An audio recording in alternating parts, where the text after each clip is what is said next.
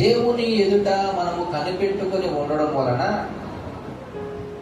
మనకు వచ్చే గొప్ప ప్రయోజనము నూతన బలము పొందుకుంటాం.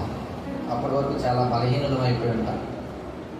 అప్పటి వరకు మనం చాలా బలహీనులుగా ఉండుంటాం.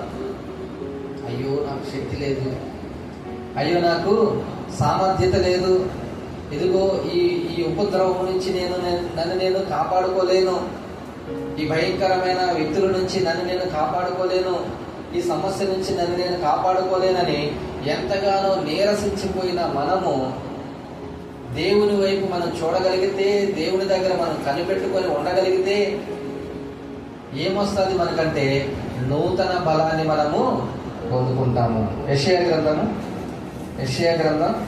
40వ అధ్యాయము 31వ వచనం చదువుతున్నాం.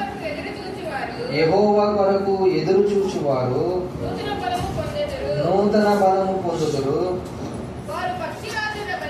వారు పక్షిరాజు వలె రెక్కలు చాపి పైకి ఎగురుదురు, అలయక పరిగెత్తుదురు, సొమ్మసిల్లక నడిచిపోవుదురు. యెహోవా కొరకు ఎదురు చూచువారు. మనం ప్రార్థన చేస్తా ఉన్నాం, మనం అడుగుతా ఉన్నాం, పదే పదే దేవుని కోరుకుంటా ఉన్నాం. మనం దేని కొరకైతే ఆయన్ని వేడుకుంటున్నామో, దేని కొరకైతే ఆయన దగ్గర మనం విజ్ఞాపన చేస్తూ ఉన్నామో, దేని కొరకైతే మనం ఎదురు చూస్తూ ఉన్నామో, ఎదురు చూస్తూ ఉన్నా, కనిపెట్టుకొని ఉన్నా, ఆయన వైపు ఆధారపడుతూ ఉంటున్న మనము నూతన బలాన్ని పొందుకోబోతా ఉన్నాం. హల్లెలూయా.